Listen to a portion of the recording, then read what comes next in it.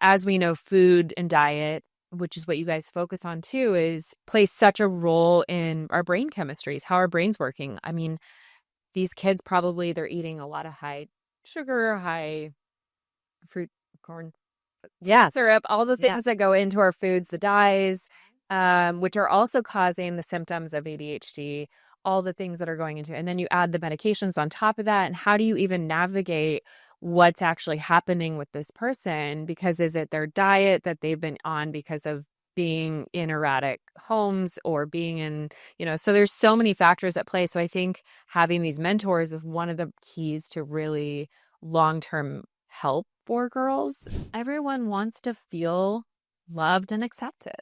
That is the baseline of like human nature. So if in any part of their lives they don't, they are going to reach for something, whether it's food, alcohol, drugs. Um, you know, they end up in coercive, unhealthy relationships, and some of them get trafficked. Some of them end up in extreme domestic violence because they don't feel loved and accepted. So they end up with these men that control them. I love what I just heard. Kennedy did say that he was going to negotiate with the food companies, and he warned them, like, either you take proactive action or we're going to take it for you. So he gave them a chance, like a little warning, but I loved that. And I'm hopeful that they will stop pushing drugs on foster kids. But that's also not really being talked about a lot. But I would like to know, we are thrilled today to welcome Rachel Hile. She is a close friend of ours and just a bright light, as you can see. She is a mentor to empower women, but really anyone. But she works with a lot of women. And I've known Rachel for a few years, and every time I encounter her, and I say encounter because it is an encounter, she is so full of truth and righteousness and clarity that you will want to stay to the end of this episode to really understand her heart, what's true, and to probably get some guidance and hope reinstilled in you. And so we're going to dive in today. Rachel Hile is also the founder of a really powerful company called the Beyond Project.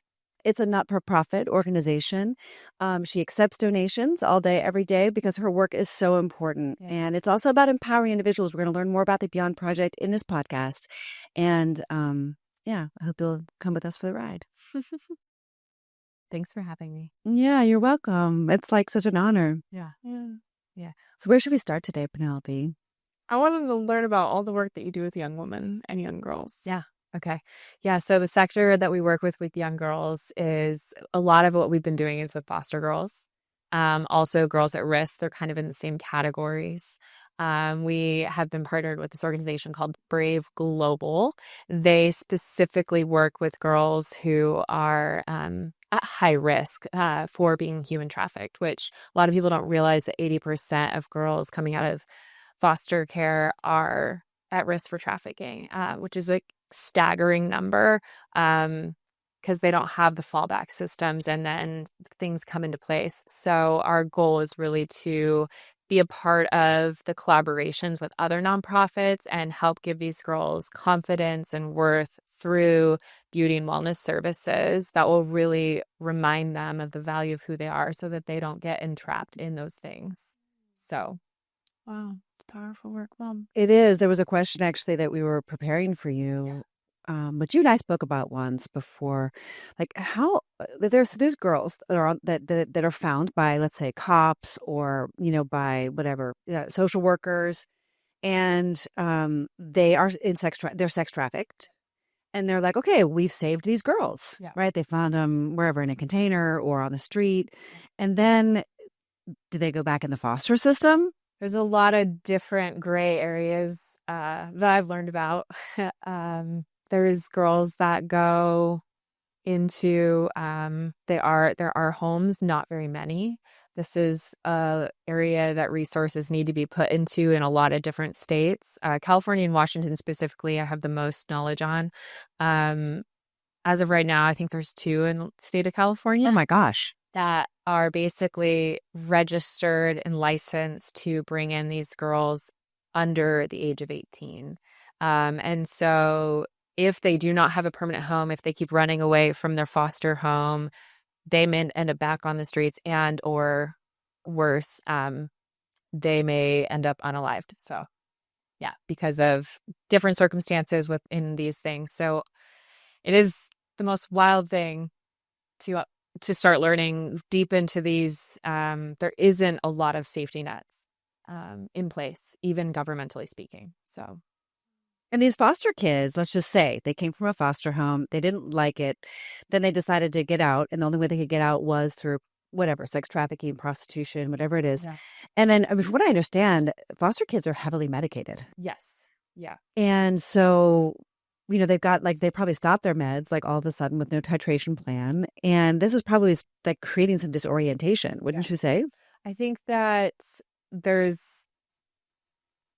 a lot of factors playing in. Yes, high traumas with the taking off of medical pharmaceutical drugs, where there's so many emotions going on within what is happening. Sorry, we need to rephrase that question. I'm trying to think of what we're trying. Okay, where are we going with this one? Sorry.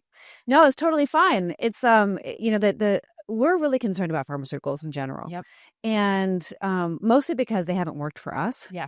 And the women that we help, we notice really are severely impaired. Right. Like, for example, a woman who's on an antidepressant has a really difficult time losing weight. Yeah. And she has difficult time getting the like fire to lose weight. Yeah. And they tried to push drugs on Penelope when she was diagnosed with ADHD, when she was diagnosed with depression and anxiety. They tried to give her anti-anxiety medication. And I said no. And that's all they could offer me. Yeah. And therapy. Yeah. Right. And so it's like, I was trying to build Penelope because she was 320 pounds just a few years ago. And I knew that the solutions that the medical system was providing me were they weren't going to work. Yeah. They weren't real solutions. And in a similar way, what we're finding is that these young women who are in foster homes, who are sex trafficked, they're also being medicated. Right. And when you go off the drugs, all of a sudden, like it's like, disorienting. And so I feel like these girls are lost. Yes. They're lost in themselves. They don't have the family foundation. They don't have the faith. And then, they're choosing this because they don't think they have any other resources or solutions. And it's like, it's like, how do you pick up all these balls? I mean, how do you actually support people in a way that's meaningful, Right. without like having them live in your home and love them every day? Right. I mean, honestly. I think support systems, I think what you talked about, the mentoring is the huge thing. I think as we know, the coaching, which is what you ladies do, but the coaching field has expanded. And I think that's what this conference, like the Brave Conference, does. They work to partner girls. They get them to the conference, and then they work to partner with them with long-term mentors for a year or two. And so that they have someone to go through and talk to that's outside of this foster parent, that's outside of their social worker. And those things, that's the start of, as you know, a wellness like journey. It's like that person can help be like, hey, maybe you should be having therapy. Maybe you should be, as we know, food and diet, which is what you guys focus on too, plays such a role in our brain chemistries, how our brain's working. I mean, these kids probably, they're eating a lot of high sugar, high fruit, corn, syrup, all the things that go into our foods, the dyes, which are also causing the symptoms of ADHD, all the things that are going into, and then you add the medications on top of that. And how do you even navigate what's actually happening with this person? Because is it their diet that they've been on because of being in erratic homes or being in, so there's so many factors at play. So I think having these mentors is one of the keys to really long-term help for girls that are in these systems and these conferences we go to, they usually start at the age around 11 or 12. And then they go up to 18, and hopefully they're getting the resource they need by the time they're 18, so that when they leave or exit the system, they're able to have the tools. There's actually journals they've come up with. There's different plans. So I think that those are the things that are really going to, as you know, they just need a plan in place. People just need something that's like I don't know what to do. Right. Yeah. And I think people with chronic disease, like heart disease, diabetes, obesity, cancer, like that's the same thing. I mean, and I feel like no one's really talking about that. They're like, oh, let's do a public service campaign. Let's do some advertising. Let's encourage people. I love what I just heard Kennedy did say that he was going to negotiate with the food companies and he warned them, like, either you take proactive action or we're going to take it for you. So he gave them a chance, like a little warning, but I loved that. And I'm hopeful that they will stop pushing drugs on foster kids, but that's also not really being talked about a lot. But I would like to know, like, I know I'm all over the place, but so you are a retired hairstylist. So you were in the beauty industry. Yep. Stylists, I like to call you guys artists because really, I mean, doing hair is such an art. It is. From color to cut. Like, you have to have such a brilliant mind to do it. Yep. So you founded the Beyond Project. Yep. So what was like the moment that had you shift into like, I'm going to retire and do this? I'm gonna retire. How long is my story? Whatever comes to you, whatever you think is of value. Yeah. The Beyond Project was officially founded in 2015. So this is our 10-year. I was thinking about that this week, which is wild. But yeah, I was behind the chair. I actually personally, coming into the mentoring situation, I was a big sister in college. That was something that always was really important to me. I felt very compelled to do something to make an impact then. And so I had a little girl who was, she was in third grade, I believe. And she was the oldest of 4 kids and just very chaotic family situation, single mom, constantly had lice. And I just remember going in and being with her every week in school. And it was so important to me to just, again, just to keep encouraging her to like the things that just having that stable place to go and talk to someone that's outside of the teachers or administration and feeling like there's an open space there. So after college, I was a tutor for ESL students. And then a year and a half into working behind or going to beauty school, realizing I really wanted to go and be a cosmetologist after all of those things. And I got my license. And when we're in beauty school, you volunteer. And I felt like, oh, I can now, instead of doing what I was doing before to volunteer, I can use this skill that will help me help be one-on-one with someone and give them a haircut and give them these services. But then I got out of beauty school and realized it's very difficult to volunteer on your own. You have to go into a shelter. You're one person. You can only serve so many women. There's so many obstacles to it. Also, nonprofits are so busy that they don't have the bandwidth to do the things you need them to do. And so it was 9 years into my career, I felt like everything just stopped. And I put myself on a foster girls website or foster kids website, had one client come, which is crazy because it was like free haircuts. And then the Beyond Project was founded following my nephew's passing in 2013. So it was like we have these catalyst moments in our life and we realize that life is way too short. And what I also realized is that a child loves more, like they just love openly and freely. And we should be doing that every single day. And we just become adults and get jaded and have these things. And so the Beyond Project was founded out of a place of grief, but it was also founded out of a place of like, there's this missing gap in the beauty industry and we need to come in and fit it because people's worth and value are determined on how they look at and see themselves, as you know, and as you personally know, how you saw yourself and how you felt not valuable and you didn't love yourself in a way that, all the things, we all come upon different reasons of why we get to that place. But what if someone comes along within this industry and says, I'm going to give you this service. I'm going to remind you when you look yourself in the mirror that you are valuable, that you are important, that you have so much to offer this world. And so those are the key foundations of the Beyond Project is really a lot. Wow. Amazing. I mean, so many truth bombs there, and you had to really step out on faith to do this. And it also sounds like it was something you were born to do, just because of the joy that it brought you at a young age, and that you would just follow that through. That is such a beautiful story. Yeah. So much value there, because I know that, of course, we deal with obesity. A lot of our audience is, struggling with obesity, Yeah. and are interested in the topic, and we know that it's like a pandemic of hopelessness at its core. It is hopelessness. And when you feel hopeless, you do all kinds of things to cope. And sometimes it's overeating. And sometimes it's maybe, devaluing yourself by being sex trafficked or whatever, being put in a vulnerable situation that causes you harm. Yeah. And, to be able to get to the point where you can look in the mirror and value yourself, I think for a lot of people, women, it's a long journey. Yeah. And I don't know that I even was able to do that up until about 10 years ago. And sometimes I'm not saying about 100%, like it's a spectrum. Like if I accept and love myself, it's definitely not at 100% even today. And that's after I was a plus size model with Ford models in the 90s. I mean, it's not someone who's like, like I actually was considered beautiful, right? Yeah. And so I just am saying that to normalize it. Like it's just this ubiquitous thing. And I think being loved well as a child is something that I experienced. So I feel very lucky about that. And then Penelope, I think, has a question actually about this mother thing.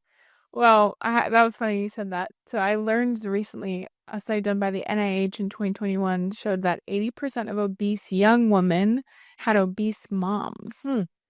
And I was like, what is your view on how moms could be maybe like failing their daughters in that way? Yeah. I think with everything, as every parental situation, I've had to overcome a lot of different things that were taught generationally through my grandmother, who is now out of the hospital, and then my mother. And it's just we do what we see, we emulate what we see, and it's very, I think, within this, I mean, truthfully, this crisis of obesity, you're looking at, if you're seeing and emulating what your mom's doing, you're going to do it as well. And that's how I see it. And I think that it's really hard because, I mean, it really comes back to the food that's affordable too. I think you look at affordability of food, especially right now.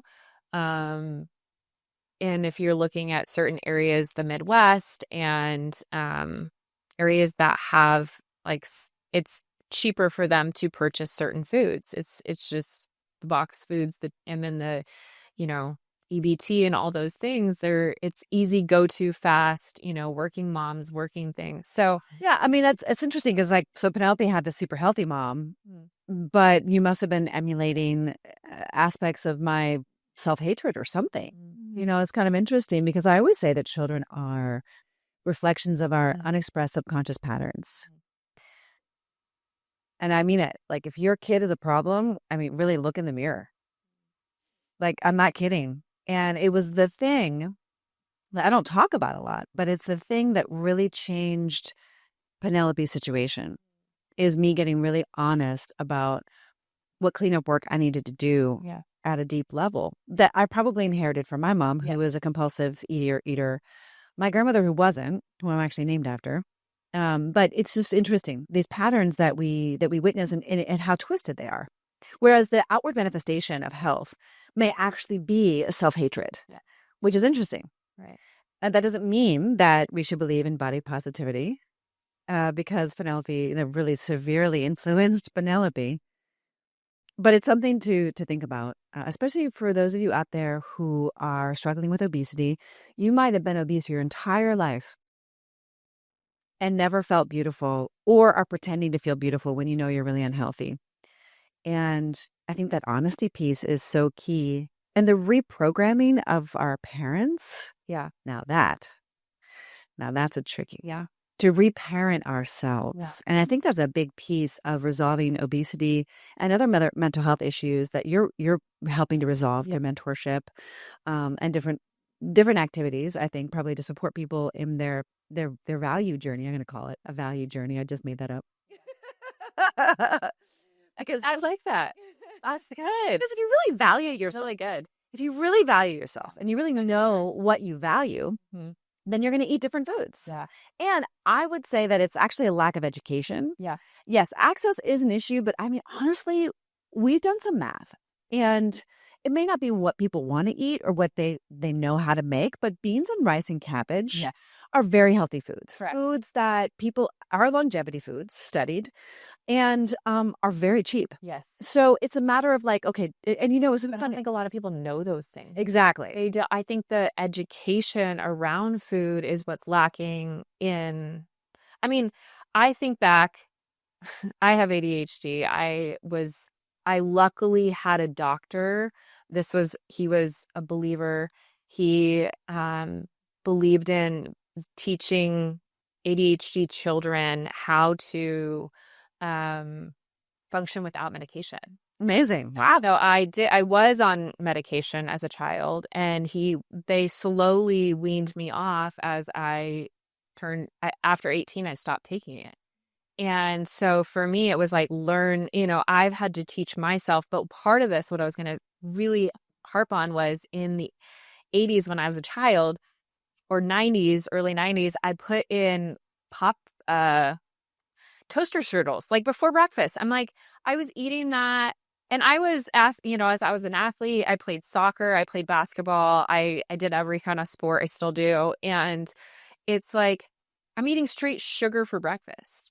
Like, where does my brain? Like a Pop-Tart? No, the toaster strudels. They were like they have like the crust. They're like almost like a croissant with like the the apple inside with like frosting on it.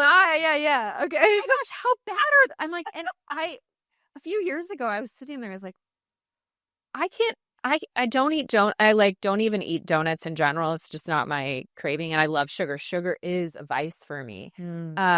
But I can't eat those in the morning. I only can eat sugar in the afternoon because it crashes me. And it's like just my body learning that was so huge, and realizing a lot of these children are eating these sugary cereals, all those things. And then they're hungry again sooner. And so I just think of these patterns that, those commercials taught us. I mean, this is reality. My mom she was pretty healthy, and my mom was trim. And so, but why was she feeding us this food? Like, I mean, my mom too. But she wouldn't let us have sugar per se, but we did have Little Debbie's in our lunch every day. Those are, if you don't know what those are cookies and whatnot. But yeah, our parents were our mothers specifically were just the first generation of like boxed food. correct. My grandmother made everything from the farm. Yeah. So, and she lived to be in her 90s. My mom died at 59. I mean, so I just think it's like a different thing. I remember seeing a commercial recently from the 1970s. And it was like, oh, we got you covered for dinner. It was like Stouffer's. Yeah. I mean, all the TV dinners. Yeah, we've got you covered. You can go work now.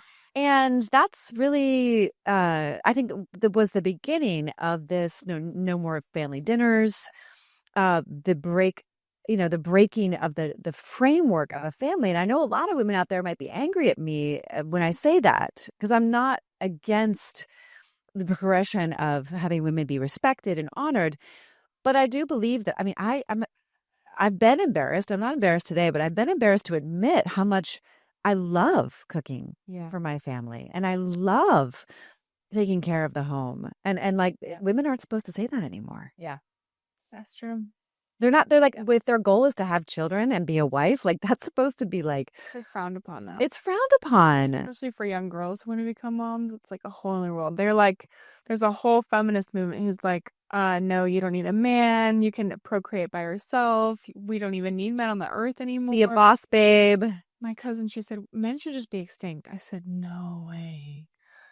That was crazy. That was like the moment where I was like, okay, this has gone way too far. We need men in our society. All right, so let's talk about other things that have gone way too far. Yeah.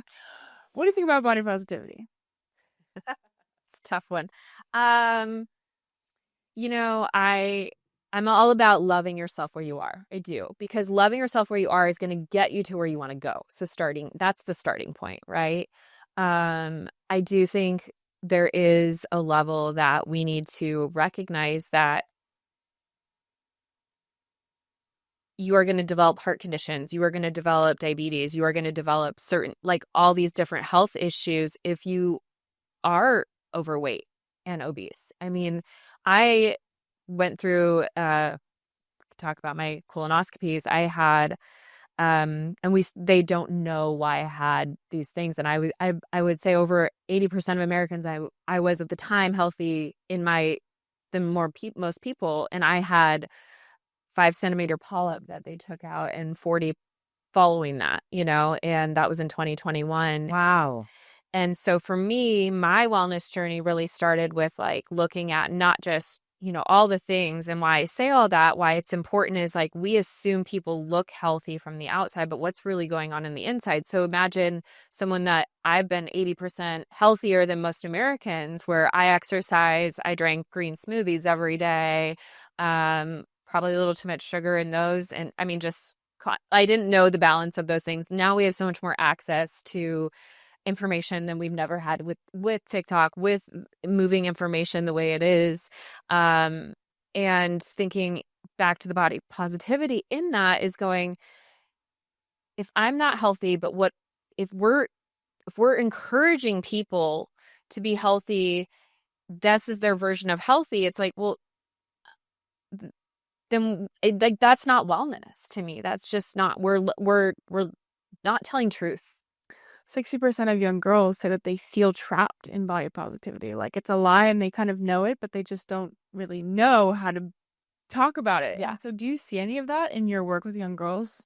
Yeah, I think it's prevalent there. I think it's prevalent, all over our society. And I agree that, like, again, keep coming back to, we need to accept ourselves where we are, at the point where we are, but also recognizing there's always a place where we can improve. Like even with me being healthy, I switched to an anti-inflammatory diet and that looked like a completely different way. And now that I'm getting older as a woman, I'm realizing like I need more protein. So I had like even had to shift that part of my diet, So I just say that as like, when we're accepting something that's not truth, and it's also like it's feeding into a system of, I mean, it's feeding into a system of unhealthy thought processes. Mm-hmm. Yeah. Yeah. So I don't know. I know of friends or have people in my circles that they have taken that a little too far. And again, they're so caught up in the story of that. And it's like, I've watched someone, increase in their, in their weight and in their like, and I'm like, in their, and how they don't feel good. And I'm like, are we not seeing the correlation between, it's like there's a missing correlation of cause and effect here. And I even say that as someone that like had to go through the wellness steps I had to go through to get healthy mentally, physically, and like by eating like foods that were going to change the internal of my gut. And so I think that it is all three. You can't neglect one or the other, but that's the issue, is that if your mind is literally believing that this is okay, your body's never going to change. Right. And so, okay.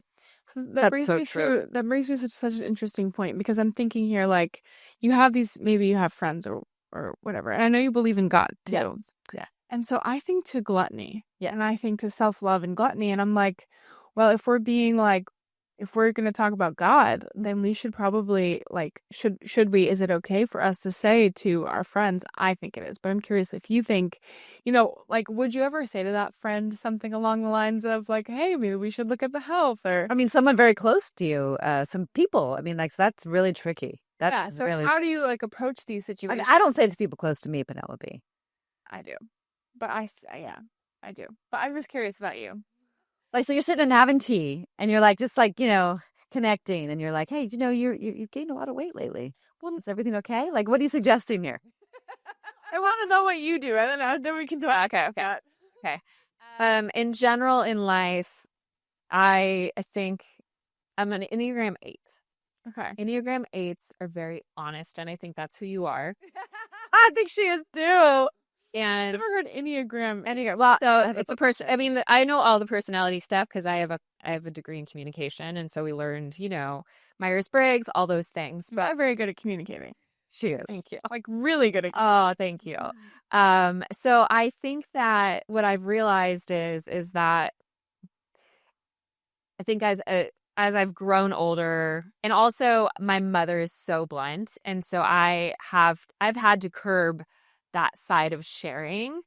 I go by what I feel in my spirit, which is what I feel from God, that sometimes I do address topics when I feel like it's called to. I do think that as someone that believes in God and follows the principles of the Bible, I would say that if you do those things, if you follow the principles of the Bible, there is we say that we are a temple of God, like our bodies are a temple of God. So anything against our bodies, whether it's gluttony, alcohol, not exercising, use of drugs, anything that is we're putting into our bodies, including, anything, we're harming what God gave us. And so for me, it is a topic that I've heard only a few pastors behind the pulpit talk about, but gluttony is an issue. It really is. And I do have a hard time in the church specifically with it, and people that aren't coming. I mean, I know we all have faults. Like, we all are forgiven. We all are, if that's where you stand in your faith, if in your faith and your values. I say that with very specific, these are our faith and values. And so for me, it is hard to understand. It's the same as someone who drinks to me. It's like over drinks, not having occasional or having a glass of wine. But I look at anything that could potentially harm, which now they're saying that wine does harm your body. I don't know. There's been new studies all coming out. I'm like, what? I'm so sad because I do enjoy my glass of wine here and there. So, but I say that because I think that it's just still coming into alignment with, we're not meant to harm our bodies. I mean, it really is harmful. Like, the long-term effects of eating too much and putting too much in our bodies is harming us. And it's harming our minds. It's harming every single aspect, because it's like you're not happy, you're depressed, you go through all these different phases. I would say at the end of my college, because I was, going out to the bars, eating a lot of food, eating whatever, and I gained 10 pounds, which isn't a lot for me, but it's like, I remember you just don't feel good. Right. And that's the bottom line, is like, God wants us to feel our best and feel good. And so what is that? What are we missing in that conversation? We're reaching for solutions outside of ourselves, as opposed to through him, and or looking internally to seek him. It depends on your orientation, who's listening. Yeah. And I think also there's a lack of faith. Because when we're overdoing anything, we're in fear. Yeah. And we're compensating for something. Yeah. What I see in the mainstream media is an overconsumption and a profiteering of this idea. And it's in every sector that I can envision in our culture right now in the United States of America. We are glorifying gluttony. And I'm seeing it everywhere. All the advertisements now, I go into Target, I see obese people being glorified on the covers of magazines, on the wall, bigger than life size. You're seeing now commercials on television with overweight people. I'm even seeing, and you never saw this before, but in the last year, I'm seeing morbidly obese people in the food service industry, which I think is really shocking. I never saw that before. And there's a push for, employing morbidly obese people as well, because it's a DEI, talking point. It's a DEI initiative, which now is changing. And I'm not saying that overweight people should be unemployed. My mother was morbidly obese my entire life. I have so much compassion and love for the hundreds of pounds that she gained and lost throughout her lifetime, and the agonizing ostracism and difficulties that it caused her from an emotional, mental, physical perspective. So if anyone understands it, I really do. I mean, like literally in vitro until today, I've been dealing with this topic. Yeah. And I haven't necessarily wanted to deal with it. It wasn't until Penelope was like, Mom, we should start a weight loss company. I'm like, really? Weight loss? Like, I don't know. Like, it's like kind of like a side effect of all the other stuff I do. And she's like, Mom, weight loss. And then I looked at my life and I'm like, oh, I guess that's what I'm supposed to do, even though I've been trying to avoid it. But you can't avoid your destiny. You just can't. You just can't avoid what you're here to do. You can try. But actually, that's why I said we should do it, because I was doing something I didn't enjoy, and I didn't realize, oh wait, God put 160 pounds on me so that I could learn these lessons and then share them with young girls. And so that's why I'm very honest with people, because I wish more people were honest with me when I was 320 pounds. Like, so many doctors and friends and teachers, therapists tried to like diagnose me and tell me there was nothing like wrong with me, like physically, but like there was mentally, even though the mental problems, mind, body, spirit, we're physical, they're all connected. Exactly. And I believe that our bodies are a temple, and I believe that we have to take care of them, and we have to like love them in a positive way, which means exercise, which means eating healthy and getting educated and learning about God's kingdom. And 41% of women are obese today, and that's a problem. 1 in 5 kids are obese, and I want to help these people, and the only way we can do that is by being honest, I feel. Well, and also glorifying health. I mean, I think that if Americans are really going to make the change, we have to make healthy, fun, attractive, sexy, even entertaining. Like, like when you think about, like, I saw MasterChef. And, the people, like, I did these silly baskets. Gordon Ramsay got really, like, he was not happy about them. But I'm like, well, why do we bacon wrapped scallops when you could do scallops wrapped with, like, seasoned fennel? I mean, leeks. Yeah. So it was like a healthier take on it. And they really heavily criticized. And actually, when they chose me for the final cast, they said, America's not ready for what she represents. Food is medicine. Food is healing.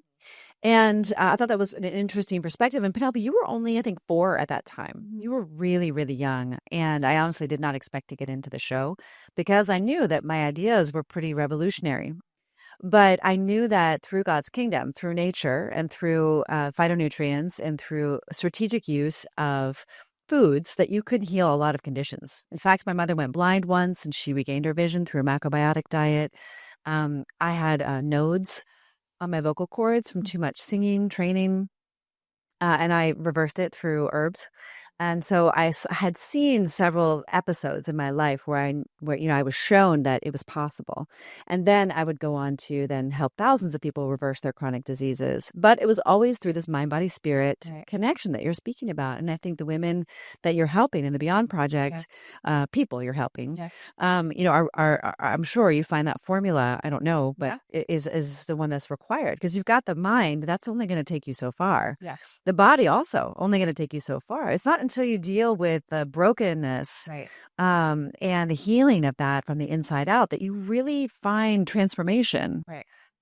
And we work with there's several organizations we work with that I've seen offer the most success because they're focusing on, so we partner with a nonprofit, and then say it's a women's shelter, and we go in and we provide these services for their graduation day, where it's like haircuts, hairstyling, makeup, nails, and then they go to the graduation feeling good.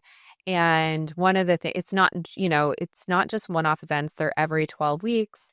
And we get to see these women transform over like a year or two period, depending on how long they're in the program. And I've had these experiences with these women where they, I come back and I haven't seen them, and they're so excited, and they're telling me where they're at in their program, and they're telling me all the healing they've had, and that is the success, right? Like these organizations that are really doing the work to get to the bottom line of their trauma, to get to the bottom line of what's really going on. I also wanted to touch on this because it was my sister, who is 2 years older than me. She struggled with overeating, and she is interesting was this last year she was telling me some stuff that she'd been learning in psychology, and she kind of took stuff that happened in her childhood with her mom and just like the intensity of who she was, and that was where she did put her energy, and she wasn't my sister is maybe always 15, 20 pounds overweight. There wasn't like extreme obesity, but she always battled this, and still to this day was like learning about it to understand what the bottom line causes were of it for her. And she was telling me I was going to ask if you guys knew about this, but realizing that food carries like when we get food in our stomach, the heaviness that put us on our stomach.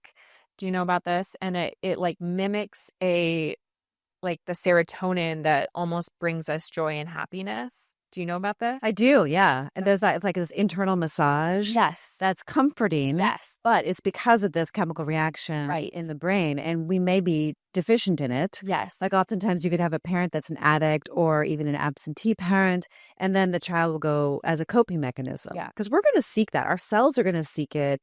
And it's multifaceted, right? Psychoneuroimmunology, shows us that that's a whole field of science that's related to the emotion. Yeah. And the causes of obesity or cancer, other diseases through, because of emotion.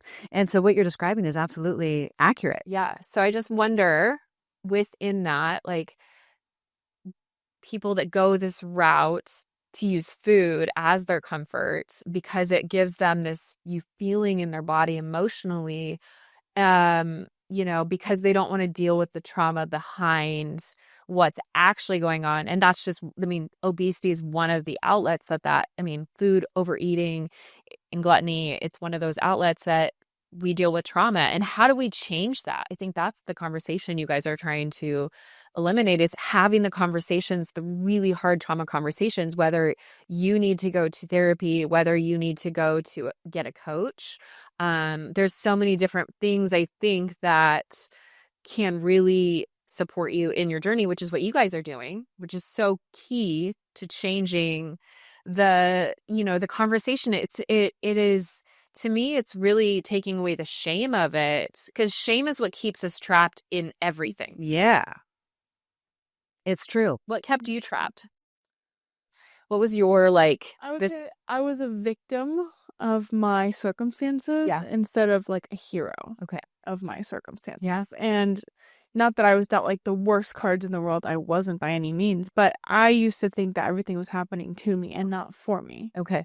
And the way I came out of that was by realizing that I have choice and I have power in like myself, and I can choose to be upset my whole life and hate my mom and dad and whatever else. And I can choose to be like everyone else, or I can just be myself. Yeah. And I can just be like, God has a plan. I trust that plan.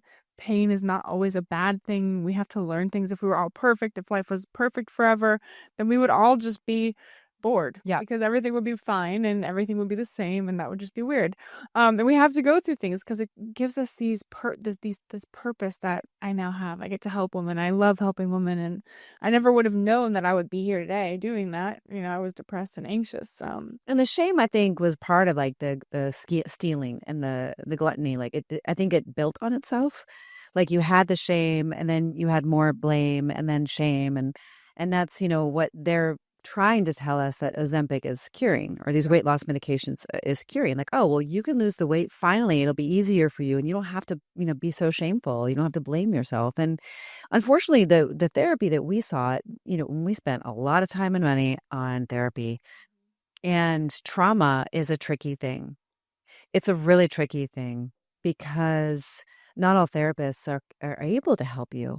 And at the end of the most aren't. Right. And at the end of the day, that's the truth that I've recognized. And you have to like really reconcile like with yourself and with God, I believe, if you're available for that, to look at the core of it. And I agree with you, Penelope. It is given to us for a reason, but your turnaround, it was truly miraculous. It's funny you say that, Mom, because thank you. But I remember a doctor was sitting here and she was saying like, oh, well, you have like an N of one story, like that not many people could do it. Almost like if she doubted the people who did it naturally, and like that Ozempic is like now this magical miracle answer. And I think that it like blocks us from looking inside, like that shame you were talking about. It blocks us from learning, oh, I'm not a victim of my life. A lot of drugs, not all, but a lot of drugs are just like barriers to us learning more about ourselves and growing as humans and having more compassion for others and ourselves. And I wonder,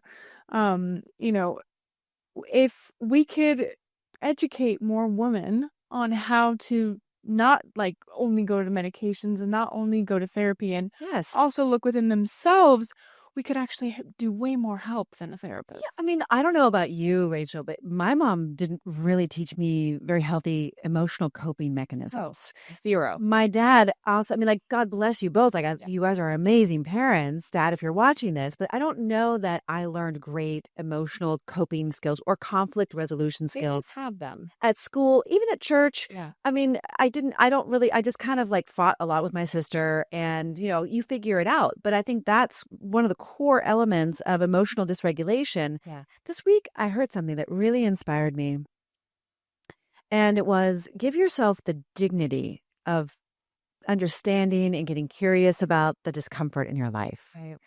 And I thought that's such an interesting word to use. Like there's dignity in that. And just by, taking an antidepressant or taking the Ozempic, and I just feel like you're just like Penelope saying, you're really stepping over the gold. Yeah. Because all of us have had challenges in our lives.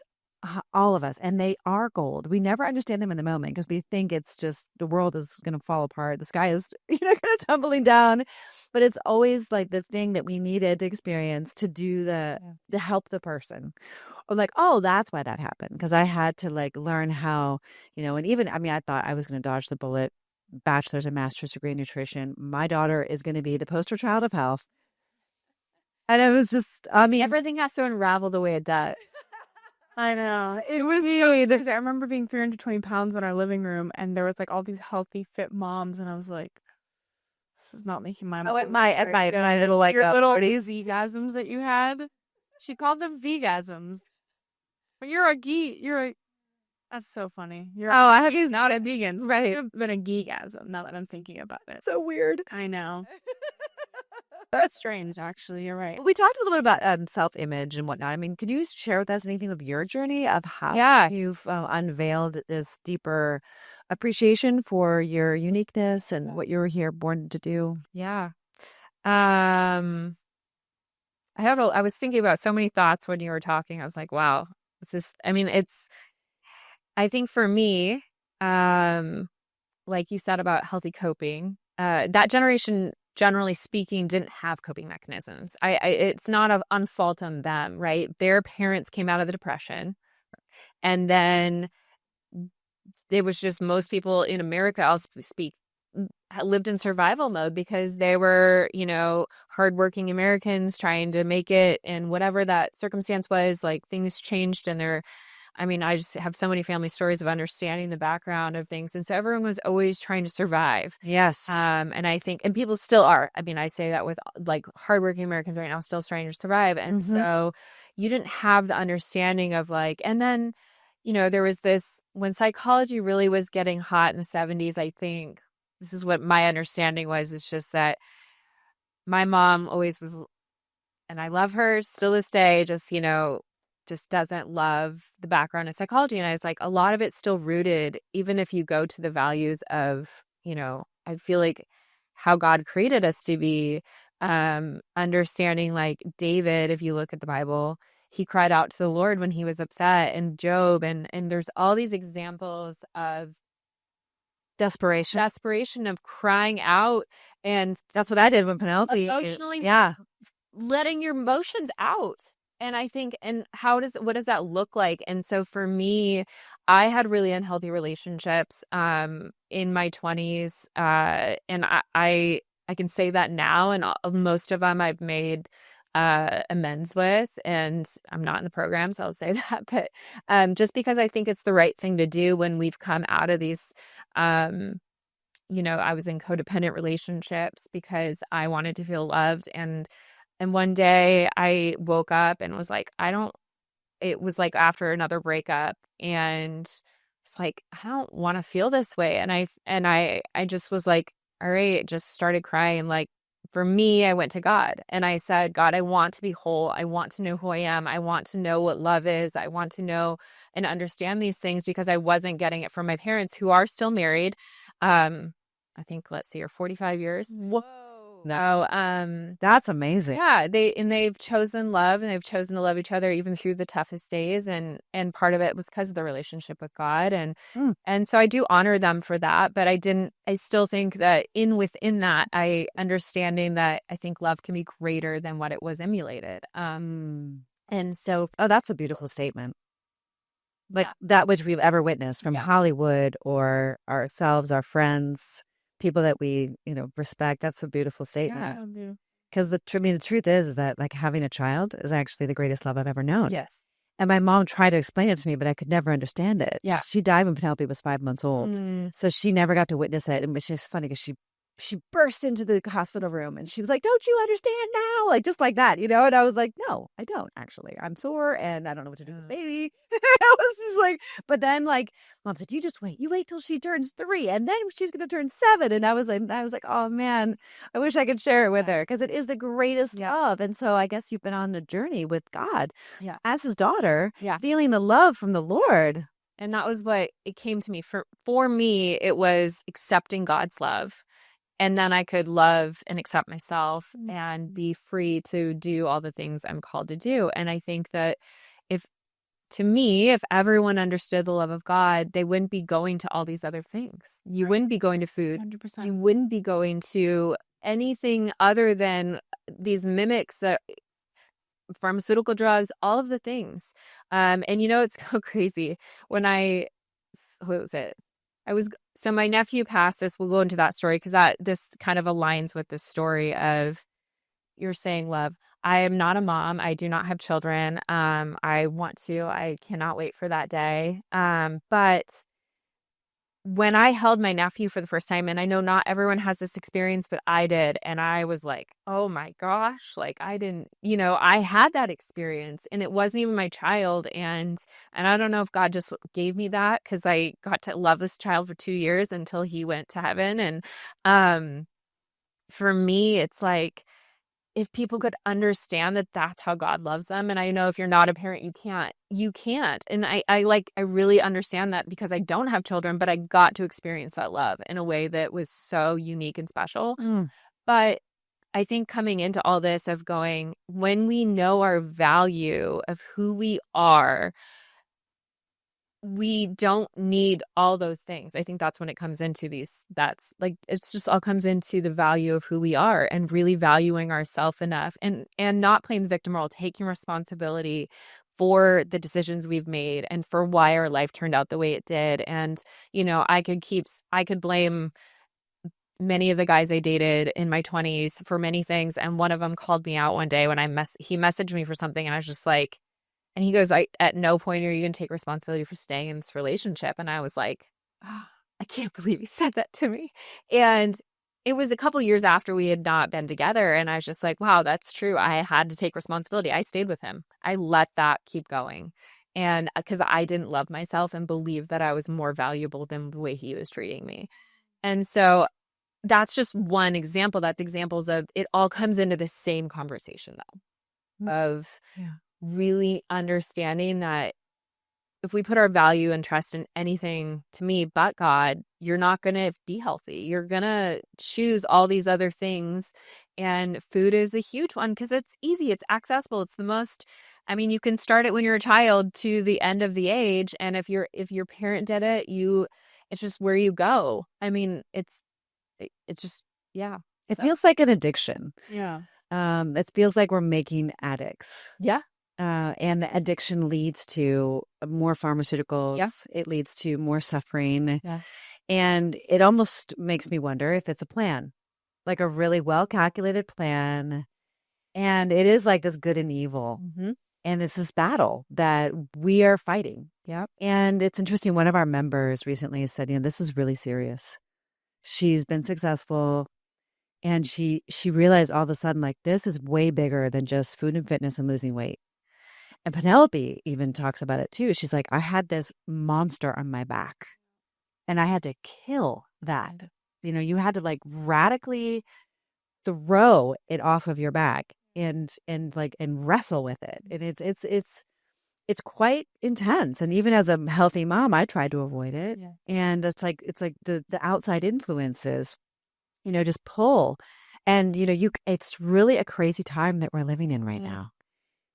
I want to know what I want to know about the girls that you work with and what's like the biggest insecurity you see them have, or what's the common denominator that you all see them struggling with? Gosh, that's a good question. I've had so many conversations. I think this is a human nature thing, is everyone wants to be loved and accepted. And so people can end up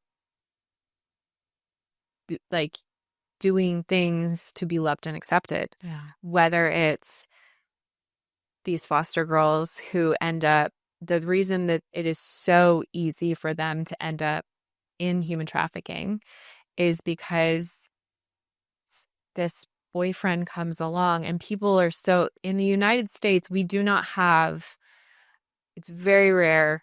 I mean, the percentages, I have friends that work in advocacy for the city with the police when they pick up these girls. This isn't like, we're not talking about FBI raids of people coming in from like the other countries. We're talking about girls that are trafficked in the United States.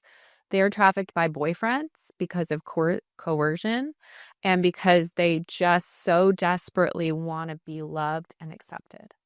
And that is the mainstay. Why does someone end up on drugs?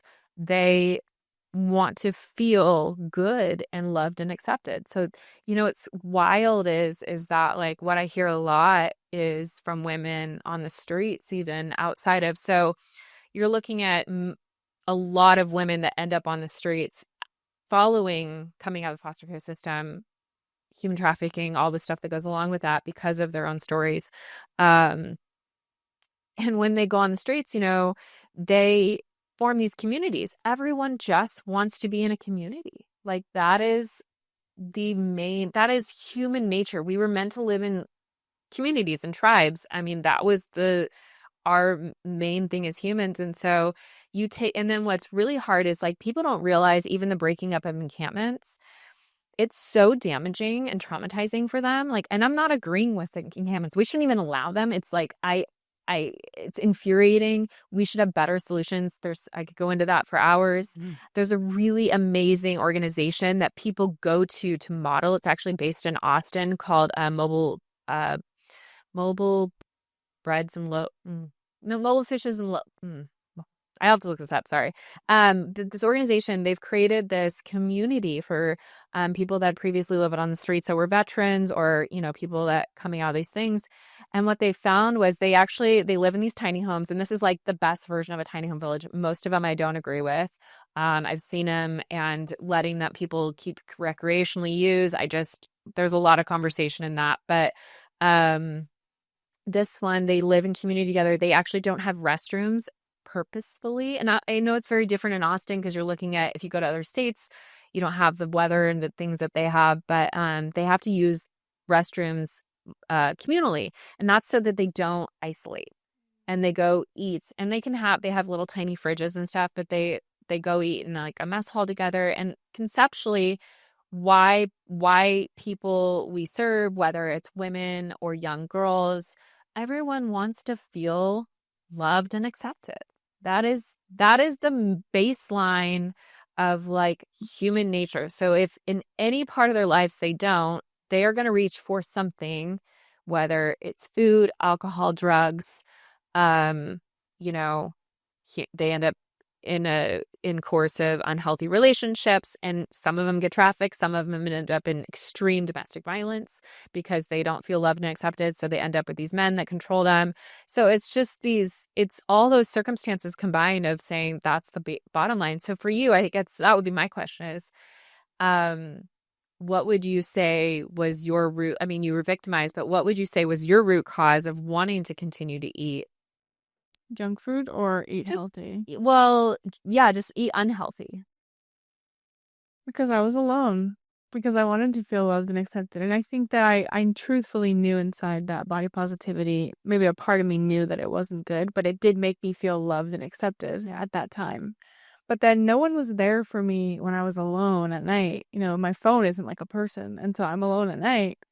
And I can eat whenever I want. I'm alone in my room eating junk food, and I'm sad and I'm crying and I have no friends and everyone hates me and da da da. So that's what I go to. Yeah. But we had a friend here who has like 70 pounds to lose, and she was here a week ago. And I was thinking, like, she was saying, and everyone who's watching can probably relate to this if you're overweight. You're at home and you're in bed, you're on the couch with your dog, or you don't have a dog, you're with your phone, and you're scrolling and you're eating food because that's all you know. That's all you can do. But I was like, okay, well then what can we do instead? Like, what can we do instead of being on the phone or eating? Because you can swap it. It just takes a little bit of discipline and a little bit of consistency. And it just takes something that you enjoy doing. Maybe it's walking, maybe it's journaling, maybe it's singing, maybe it's prayer. I don't know, reading something. And that's something that I think has helped a lot of girls in our group lose weight and stop emotional eating. Yeah, create like nourishing practices and different emotional coping mechanisms. And what's interesting is when they stop stuffing themselves with food, then the emotions percolate up. And then they got to deal with the emotions. And that's unexpected. It's like, oh, I know I should eat less sugar or no sugar, or I'm going to stop eating bread and find other replacements or make my own bread. And then all of a sudden it's like, oh, where did all these emotions come from? And then they kind of get freaked out because, and then it's like, okay, we have to develop new skills, new muscles to, find ways to move this emotion. I think emotion is just energy in motion. Yeah.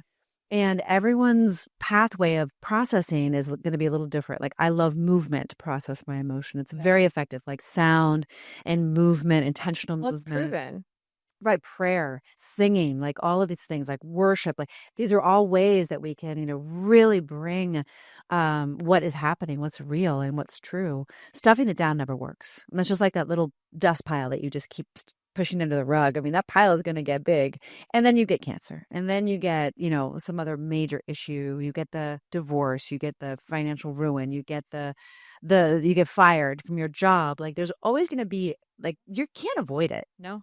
I mean, your life will show to you what is going on. And you're smart if you can prevent it from happening. And so, like, maybe you only put on 40 pounds. You can turn it around. Yeah. And it's going to take you less than a year to do that. Yeah. But 40 pounds takes almost a year to lose. So if you've got In a healthy way. In a healthy way, yeah. Well, no loose skin. Like, so here we're beauty. Yeah. Like, when you lose 150 pounds or 200 pounds, you don't want all that loose skin. No. And if you take Ozempic, chances are you're going to have it. Yeah. Because you're disrupting so many pathways. And we heard recently that it actually paralyzes the vagus nerve, which, by the way, is responsible for thousands of mechanisms in your body. You do not want to mess with your endocrine system. You do not want to mess with your nervous system. It's causing massive hair loss. That is the conversation within the beauty industry. That is, like, I'm seeing a lot of hairstylists and bloggers talk about the effects that are like hair loss, skin issues. Okay, folks, why does your hair fall out? Like, really, like, this is, from my understanding, it's hormonal. Mhm. If your hormones are off, your hair is going to fall out. Yep. When my hormones are off, my hair falls out. Your thyroid is disrupted, Yep. your hair falls out. Yep. Like, stress. Yeah. I had clients at extreme. I saw all kinds of hair loss. I was actually an extension specialist and wigs. I did actually top pieces for women that had alopecia issues. And so I actually worked specifically with women who, when I was behind the chair as a hairstylist, that had all these stresses. And I'm not even behind the chair. And then the stress it puts on your body, the fact that, like, any drug that we know of, I mean, that's not life-saving to me. Like, there's no reason you should be taking it. And because if it's this is what I always said to my clients when they had something going on with their hair, and I'd be like, tell me about what's going on. And I don't even know, I didn't even have the knowledge we have now, but I was taught enough in beauty school to know certain things. And I also trained under he's my mentor still. His name is Marv Smith. He's in Seattle. He's amazing. But he taught me so much about hair loss and about the stresses and about all the things, because then you have clients and people are like, I immediately would say, if something's going on with someone's hair, it's like, you need to go get your iron checked. You need to get your thyroid checked. You need to get these things checked because everything going on is internal. So imagine this drug that's doing that internally. What is it doing to your system? I mean, if it's that, if you're seeing it in your hair, it is bad. Because when I see something in someone's hair, it was their hair, their skin, I knew something was off internally. I was like, you need to go get this done immediately. And I even have, I had one client who I saw on her top of her head. I was like, I think it was diagnosed with skin cancer because I saw it. And you wouldn't have seen it because it was on the top of her head. Wow. And so I say that because these are such important things to address, that it's like, yeah, you get this quick fix, but what are the consequences internally for it? It is so scary. And actually, they don't know. And there is a black box warning that does have the word cancer on it. And to me, that's really big deal. Are the benefits really outweighing, are the consequences of not taking the drug? And so, we know so many people who are taking it. So I don't want to demonize, like, if you're taking it. If you're taking it, fine, you decided to take it. And what's really important is addressing the fear of getting off of it. And every single person I know who is on the drug is afraid and worried about getting off of the drug because there are rumors that you can't actually keep the weight off. 70% of Ozempic users regain the weight after, and then 74% of users are getting these horrible side effects that you're talking about. And doctors make it seem like it's not that bad. They really do, and it's all they know. And they just tell you, oh, the benefits outweigh the risk. Like the girl that we had on, she said that. She kept on saying that. Well, they're trained to say that. They're given information from pharmaceutical companies. I watched the documentary on I'm not going to remember the name of it. What was it about? The one on the opiate crisis. Oh yeah, drugged. No, I know the one you're talking about. So, it was actually not I did both. There's a documentary, and then there was also the book, the show. No, I didn't like a show or something. Note. Thank you. Yeah. It was so I have opiate users in my life. It's detrimental to me, and it was all and they had an issue, a medical issue that led them to needing pain relief. And there's several people. I have a friend's brother, like there's several people, and he's in and off the streets from heroin now. I mean, they showed on that show. I was so infuriated because they were lying to the doctors. They're lying to the doctors, and I think a bigger issue is that there's no insurance pay. Insurance will not pay for the support to titrate off of these drugs. They'll give you the antidepressant, but they won't help you to titrate off it. They'll give you the sleep medication, but they won't help you to titrate off it. They'll give you the oxy, but they won't help you titrate off it. Well, a little bit they will, but there isn't like massive infrastructure. There's definitely better structures now, and they're to the point where like my grandma she has massive arthritis. Her hands are huge. She was taking it to sleep at night, did not take it during the day, doesn't love the effects of opiates, but she would wake up in so much pain that she needs it. And she has to go in once a month. Then I'm like, okay, she's 88 years old. I mean, I get you're making sure no one's probably taking them for her, but I don't think every 30 days makes sense. Well, it's only because of all the lawsuits that they put these infrastructure, but Ozempic is another thing. They give you the weight loss medication, but they don't help you get off it. And they're demanding that you stay at a high dose or they won't pay for it. It's so new. So new. And it's actually not even proven safe or effective for weight loss. So it just shocks me that over 15 million people are on the drug. And then the fallout of that. I mean, not only the hair fallout, but like the fallout. Wow. So we've got to deal with this. We don't even know the long-term effects on your hair and your skin and your pancreas and your thyroid and your gut and your fertility. I mean, we're really agreeing to be tested on, and I'm so shocked that the COVID shot as well as this new drug that we're willing to be tested on it. It's just fascinating where we are as a society. It's more of a reflection of just our state of mind. And part of it, what I was actually thinking about was we're taught one way. And this is the truth. Like I started having some gut issues back in my 20s. That's where all this started and I believed it was stress. They tried to take my gallbladder out. I told them no. And I'm not saying you shouldn't do that if you need it. I knew I didn't need it. I knew that my body was like, there was something going on. And I think listening to our bodies is and I didn't even, again, these were, I feel like God protecting me in the ways I need to be protected. But so I go to therapy. I go to my supplement. There's a supplement guy that I knew through a friend. And so I go to him and I'm getting supplements. And he says to me, oh man, it was such a like truth bomb. He goes, well, yeah, these are good, but like you need to go get help for the other stuff. I'm like, what are you talking about? And he goes, like, you need to go talk to a therapist. And he said, it was the honest conversation. And I was like, no, Terry, you tell me I need to go talk to a therapist. And I was like, oh, that's true. I probably need to. There's a lot, there's a lot of stuff I need to go through and a lot of conversations, a lot of childhood traumas that I need to walk through and just my own traumas literally chose codependence and unhealthy relationships. And so when I did that, it was like, and that was, let's see here, I think in my like early 30s. And so it was like, oh, I'll go do that. I'll go to these there. And I did. And it was life changing. Like, I mean, and that was already in my I'd already I'd already at that point surrendered my life to say, God is the center of my life. I'm going to let God love. That had already been years previous to this, So the next step for me was, okay, yeah, I really need to know.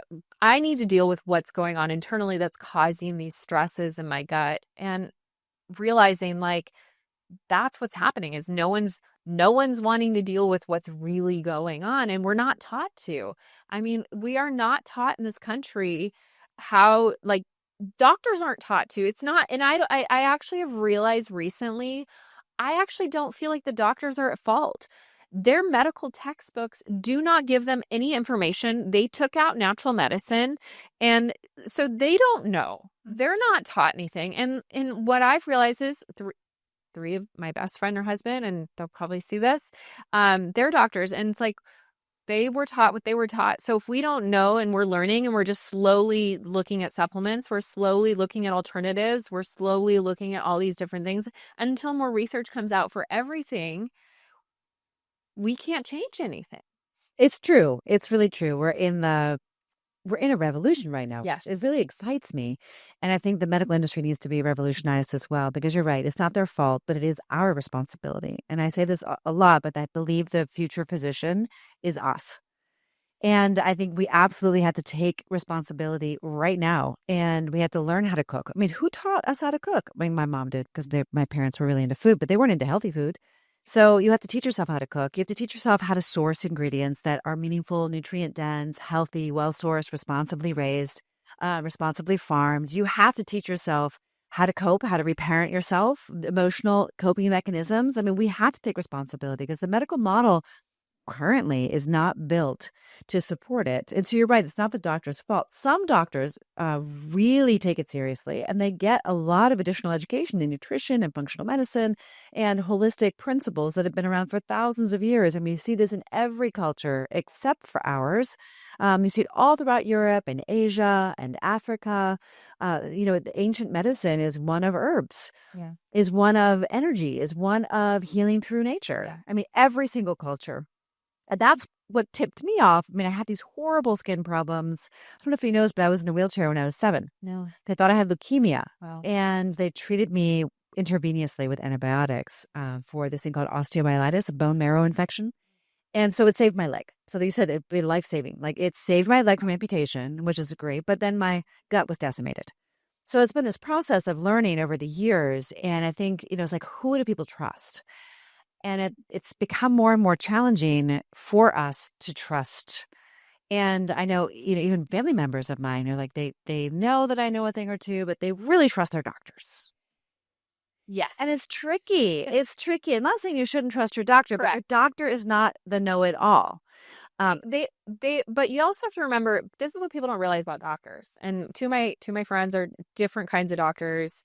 They learn what they learn for being the doctor that they're becoming. And so they don't even one of them will go, well, don't talk to her about that because that's what I would do. And so I've literally learned who to call about what, because they're only being taught what they need for their specific type of medicine. And so a reminder that you may not even be getting the information because they don't even have it. Right. And so I think that's something we don't know. General public wouldn't know that. I know that because I happened to meet 2 girls when I was 12 years old and say, you two are my friends on the playground. And so I'm blessed to have that more knowledge and understanding because of that. But I was also going to say, in lieu of this conversation, I did a study abroad in Costa Rica. And I studied Spanish and English and or literature, sorry, Spanish and literature in the study abroad. And I ended up having gut issues there, and I didn't know what was going on. And my host mom didn't speak English. My host brother did, but he was high all the time. It was like a whole thing. And when I was there, she went out into her garden and she just grabbed these leaves and are rubbing them on my arms and made me this tea. And I then never had anything like this. And I'm, 20 years old, and I was like, oh, okay, yeah, like let's do that, I was like, great, love this. And to still this day, I have no idea. I went to a doctor there because it wouldn't resolve. And I got a shot. No idea what I got. Oh my. Still alive, so we're good. That was 20 years ago. Wow. But I got home. As soon as I got on the airplane to go home after the study abroad, I was better. I take a intercultural communication class. I don't know, like within the next year of getting like in my schooling. This class talks about culture shock. I was in culture shock. My body was in culture shock, which is why I wasn't accepting like my whatever it was. And I had a good house. I had a good home. Like I was living in a really good host family, and all like my school. There was a lot of stress around and I was blonde living in Costa Rica, navigating by myself, and I was safe. I would say generally, I mean, I didn't feel unsafe, but I I was getting hollered at and hooted at and like Rubio, Rubio, Rubio, like blonde, they didn't see blonde hair and blue eyed. And I think I could have been stressed by that. Sure. I don't know. But what I can say is I learned this, and I'm sitting in this class and they're like, culture shock could be these symptoms. And I was like, oh my gosh, that was every symptom I had. Interesting. And it was this moment of going, we don't know what's causing. Okay, that was literally, there was no cause to the problems I was having there. Like for this couple week period, I get on an airplane, I eat the plane food, which I couldn't even kept food down, most of the food. And I was eating rice and beans because one of their dishes is called gallo pinto. It's like it's rice and beans for breakfast with this sauce called Lozano and with cilantro in it. That's what they eat. It's delicious. And then there's another dish they do where it's just chopped up bread, and they make, fresh bread every morning from the market. And then like my host mom will get it. And then there's one where they just put like this kind of refried beans on it. Anyways, I say all that because like even with like light meals like that, where like those should be digestible, I wasn't digesting well. And You're so sensitive. but I'm not in general. I literally have never had problems since then with food digestions. Interesting. So I say that because I think, again, I didn't know that. I took this, I'm like in college. But your colon problems would indicate that you might have digestive issues. I was having a gallbladder flare up. The thing that happened, I know it's a complicated thing, but my polyps, I've never had symptoms. The only reason I knew I had polyps was because I was having gallbladder issues. And so when they did the original back in my mid-20s, they did the EKG and the colonoscopy, they found polyps, and they go, it's not normal for someone in their 20s to have polyps. You should come back in 5 years. So I went back electively like 7 years later just to go get a colonoscopy. I was like, oh, I should probably do that because they told me I should. And then they found more polyps, and they're like, it's just really odd that again, no symptoms of that. The only symptoms I've ever had were gallbladder, where it was like, if you got a gallbladder flare up, you would know. It feels like similar to and I've never had it since. And it went away when I had the stress. What's so interesting that the solution by the mainstream medical is to remove it. Oh, your gallbladder is causing you a problem. It will They say you don't need it. I don't think God gave us anything we don't need. But eventually it will get diseased, and you will have to get it removed. Oh, if you do not resolve it. Okay. Immediately. And how do you resolve it? So, for example, my grandma that's what she had. She had to get her gallbladder removed in January, and I learned a lot. And that's actually what one of my friends does. She's a general surgeon and does take out gallbladders. And so, and her organs, this is very interesting that we found out from the surgeon, was her organs, because her stone was so big, like it was over 2 centimeters. That's at that, and with gallbladders, it's not like kidney. They can't blast it and get rid of it. They can't go in and take it out. It's your body either passes it, or like a gallstone. yeah, the gallstone. Oh. So kidneys. Again, learning all this, kidney stones. They have the techniques where they can blast them. Where they can't. I don't think they can do it, but the gallbladder is not strong enough. The walls aren't strong enough. So what happens is when it forms in there.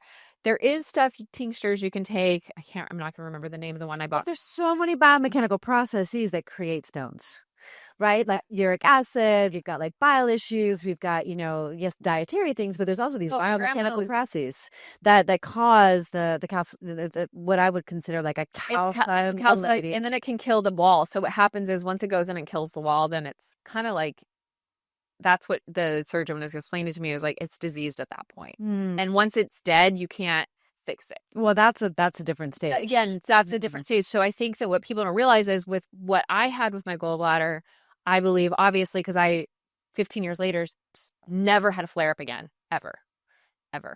And it takes a lot of courage to stand up against a and I didn't know any better. I just, in my spirit, was so strong. I mean, when I have these things that come, it's just, they're so strong in my spirit. I'm like, no, something's not off. That's not, and so I just knew. I was like, no. Well, what you're describing is also like an orientation. And we were talking about how the girls that come out of foster care are sometimes disoriented. Yeah. People who are so bankrupt in love and acceptance and values that they just didn't know, are also disoriented. And it takes so much courage and clarity to trust that gut feeling that you're describing. Trust it.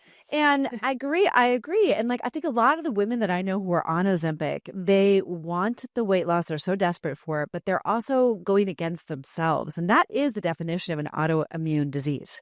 It's where your body is in opposition. And there's a lot of opposing forces right now. Yeah. If you're eating ultra processed food right now, and it's 70% of your diet, like most children, so parents, if you're buying ultra processed food, that means things in a box, things that have stable fats that last for months at a time. Yeah. If you're feeding your family this food, it is dangerous. It can cause major health issues. And we know when you have a health issue, nothing else matters.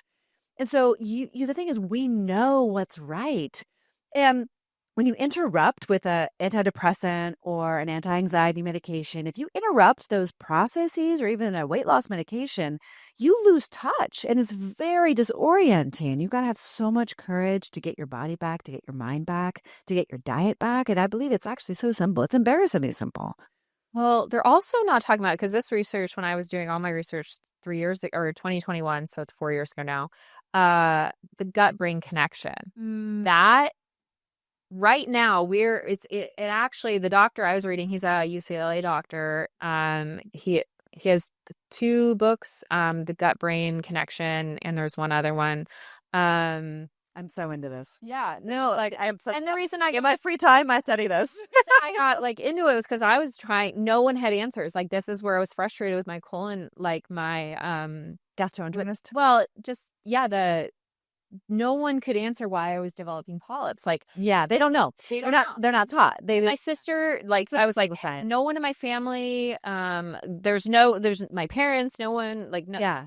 I mean, it is such a big topic. I mean, actually, we created a whole bonus course inside of our program on the gut microbiome. Yeah. I'm totally, I study, I probably don't know this about me, but I study nutritional psychology. Yeah. And there are thousands and thousands of studies now showing undeniably the gut-brain connection. There's an axis, and it's through the vagus nerve between the gut and the brain. Yep.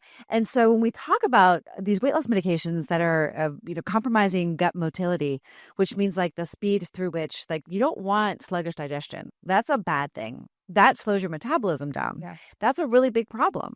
And you also don't want paralysis in your gut. Like, if your gut isn't moving things through, how do nutrients get in and toxins go out? Like, that's starvation in and of itself, because you're not actually absorbing the nutrients. And they're saying it's permanent, could be permanent, like, gut flora changes. Yeah.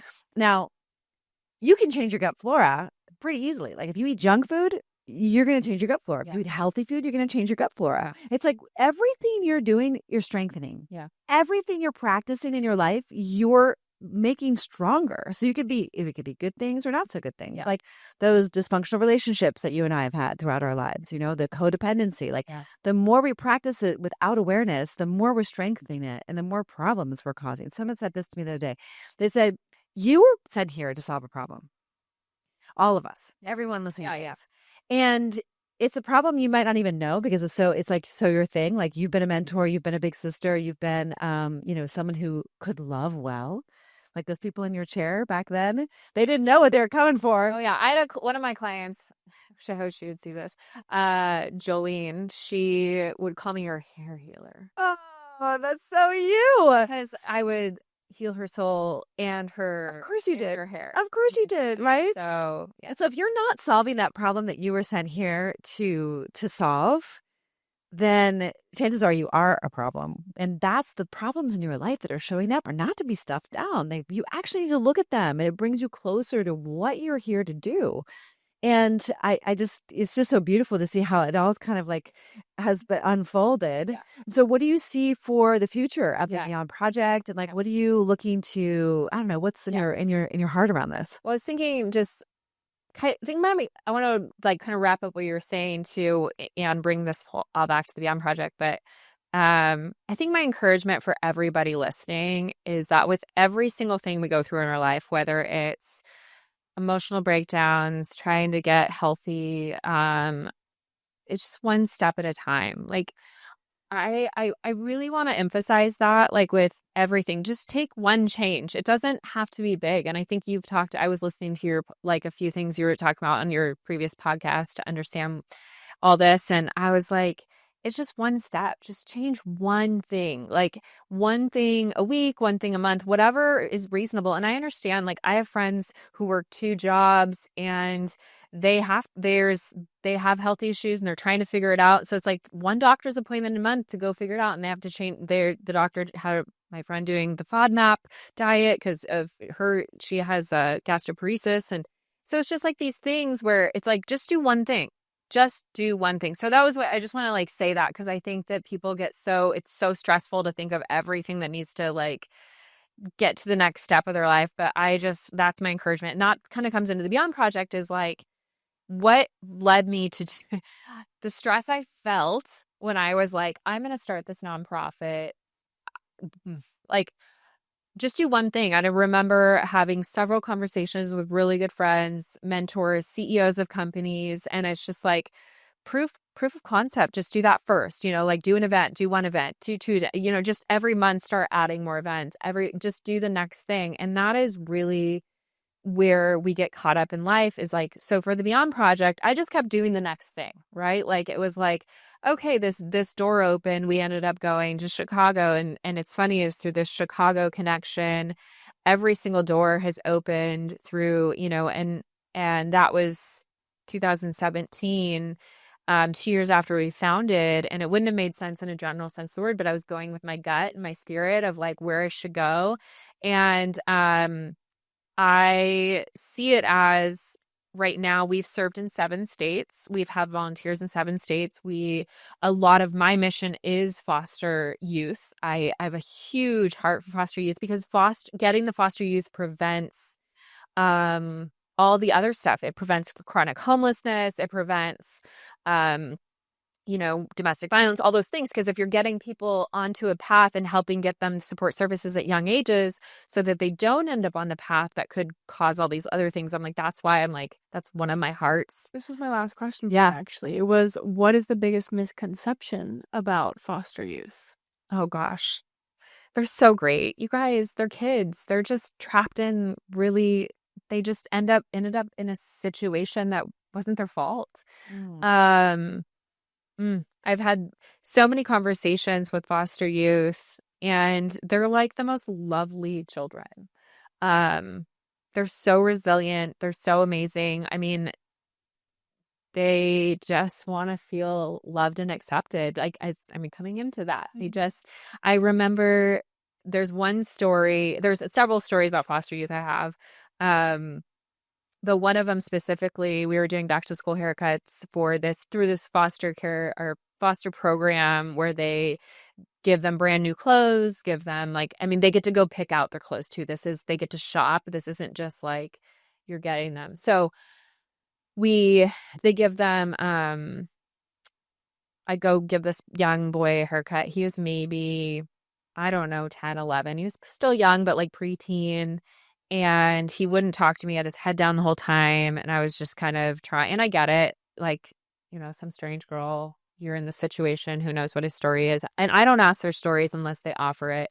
And so he got done. He goes in the other room and he's like looking in the mirror, just like head up, like, and the director of this organization was like, you have no idea. Like he had a different demeanor, and it's just like he felt good again. And that one thing people don't realize about foster youth, this is the one thing. When we were going into this group home situation, we're the ones that have high trauma. Like they don't even go into homes. They go into like supportive services because they need lots of support. And the haircut's the one thing they get to choose. They're given clothes, they're given like housing, they're given all these things. And so a lot of them wanted like lines in their hair. Even the girls, they wanted undercut, shaving, like just random things. And their hair was their self-expression. They just wanted to have one thing that would be a part of their, like, who they are, to express who they were. So that's my favorite thing about like foster youth, is that like we get this opportunity within the Beyond Project to give them one thing that like they get to choose. Have you observed all that word, by the way? Have you observed that some of these girls that you've witnessed for many years, who maybe have been sex trafficked or maybe were in the foster care system, but just had a lot of trauma, do you think that they become obese just to push people away? Have you witnessed that? I could be making it up. I personally have not witnessed that. So personally can't speak on that. Sometimes the women that come to us say that, their relationships become so painful that they actually just don't want to welcome any attention. Yeah, and so I see that. It's like a protective mechanism to kind of just keep themselves down. Again, like their value is bottomed out. Yeah, I think that I have heard of stories that like I personally haven't witnessed. I think that the second part is I do think that yes, women that have been sexually abused, specifically whether through human trafficking and or childhood sexual abuse, that is a huge tendency. I think that they don't want to be seen because they think that they're getting abused because they're seen. And so I do think that is definitely a portion of obese, like, yes, to answer your question. Yeah. So the future of the Beyond Project, like, you guys Beyond Project. On? So our goal is to be nationwide. I will in a few weeks be at America's Beauty Show in Chicago, and with our partners Samvia Company, who has been just this huge voice in the industry. Samvia is one of the number one educators in the beauty industry. And he's just been him and his whole entire team and company has supported the Beyond Project effort. So I go and I'll speaking on stages there and also in Orlando in June. And what that looks like is we just keep getting professionals to sign up in more cities. And what our long-term goal is to be in every single city, every region of the United States and beyond. So that people can receive these services that don't have the, our goal is to really help marginalized communities with these support services, which means we partner with nonprofits, and then mobilize out hairstylists, barbers, makeup artists, estheticians, to these different places so that people can feel their worth, feel their value, see themselves. And so what I see is one of the things that I want is this next year is Los Angeles. I've lived here 5 years. I moved in 2020, so things did not pan out the way I thought I would the first year. And then I think just the last few years I've just been there's been lots of different things that have been navigating through the path, but it's almost like it's the iceberg of what I see or what people see is happening to what's actually happening. It's like you only see a little bit of what's actually happening, but we have so much growth happening underneath the surface. And I'm excited to see everywhere we go when I speak and when I have other people speak on behalf of the Beyond Project, I want to be a part of this, and then they tell me their story. And so I go into a Sally Beauty Supply in Vegas for a foster girl event last September. And I just said, hey, do you have any donations we could get? And this girl goes, I would love to be a part of this. I was in the foster care system, and so you have these moments of realizing so many professionals want to give back. They want to bring impact. They want to help bring this worth and value, and they have a skill to do it. And that is why we exist, is so that people can go and meet the needs. One of the things that I do foresee coming is more trainings. What that looks like is trauma trainings. Part of that is talking about these things of how trauma impacts the people we serve, and how are we as the professionals can speak life into them, have good, healthy conversations, help navigate getting them to the right resources. Like there's conversations I've had where they may not even have that conversation with the place they're getting served at, but I go, hey, you told me you want to go become a chef. Guess what? There's this amazing program in Seattle called Fair Start, where people that are coming out of homelessness, incarceration can go become and learn how to be chefs. Amazing. And so I was like, Resources. Yeah. know about this program. And so it's like giving people resources, and guess who they talk to? The hairstylist, the makeup artist, the esthetician. They don't want to talk to the people at the nonprofit. Right. They want to talk to us. So I think our goal is really helping our industry, the beauty and wellness industry, navigate well in these trauma areas and point them into healthy decision making. Yes. And that's where, where this kind of the full circle is, everything comes into healthy decision making. Yes. I mean, all of it. It's like having conversations with youth experiencing homelessness that are like 14 to 24 at this one center in Seattle. Oh my gosh.